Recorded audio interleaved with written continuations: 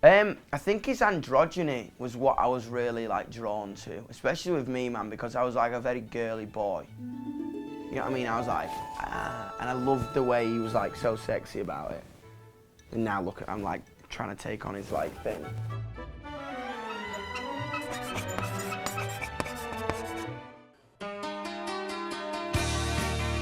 Yo, what's going on? I'm YUNGBLUD. Welcome to my X-Perts.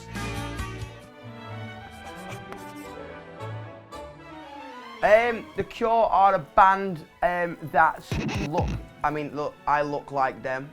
They wear a lot of makeup. The singer's a complete legend.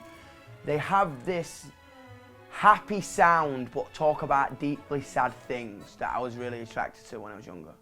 So I hope you like them. If you don't know who they are, then I hope this provides some insight. When did my love of The Cure begin? It was from my dad and my granddad, I think. They used to play it all the time in cars, in the kitchen, at Christmas. Like, most people have Christmas songs on. We had Disintegration on the whole album, to be honest, but I was sick.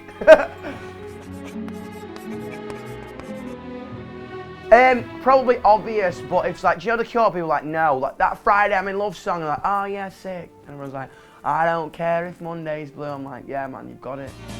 I don't care if Monday's blue. Again, Disintegration and Disintegration twice. It's the best one. You know what I mean? I think like Love Song, Lullaby, all that stuff, man, is on it. So like, just answer 2 questions with that. It's the best one. Or the greatest hits if you're not a real fan.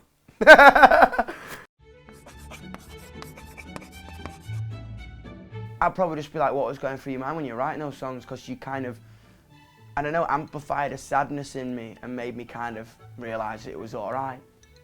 Do you know what I mean? It's cool. Just Like Heaven, Boys Don't Cry, Friday I'm in Love. I think they're the top 3. I don't know, as soon as like, if I am sad, or if I'm like taking off on a plane, you want to get like all emotional, look out the window and pretend you're in a movie, put them on. If I had to pick one, probably Just Like Heaven. Just like a dream, just like a dream. Yeah, man, I think just the way his vocal, man, the way he sings it. I never heard anything like that before. I remember like literally like one of the moments, I was at my granddad's house on Christmas Day and I was really young, and he had this stairway and you could look over there was like a entrance hall or something, and you could look over it and it was just on vinyl. But it wasn't like a cool modern vinyl, it was like an old one. It sounded a bit shit.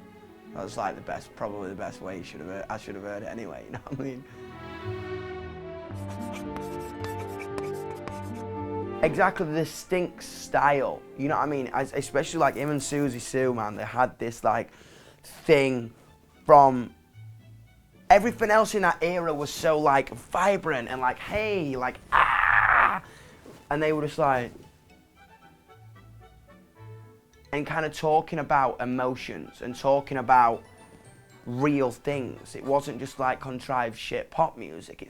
It had the melodies and it had like the stickiness, and the songs are going to get in your head that you're going to sing all day, but then you listen to the lyric for the third time and you're like, wow, this is well dark. You know what I mean? And that's kind of like my brain.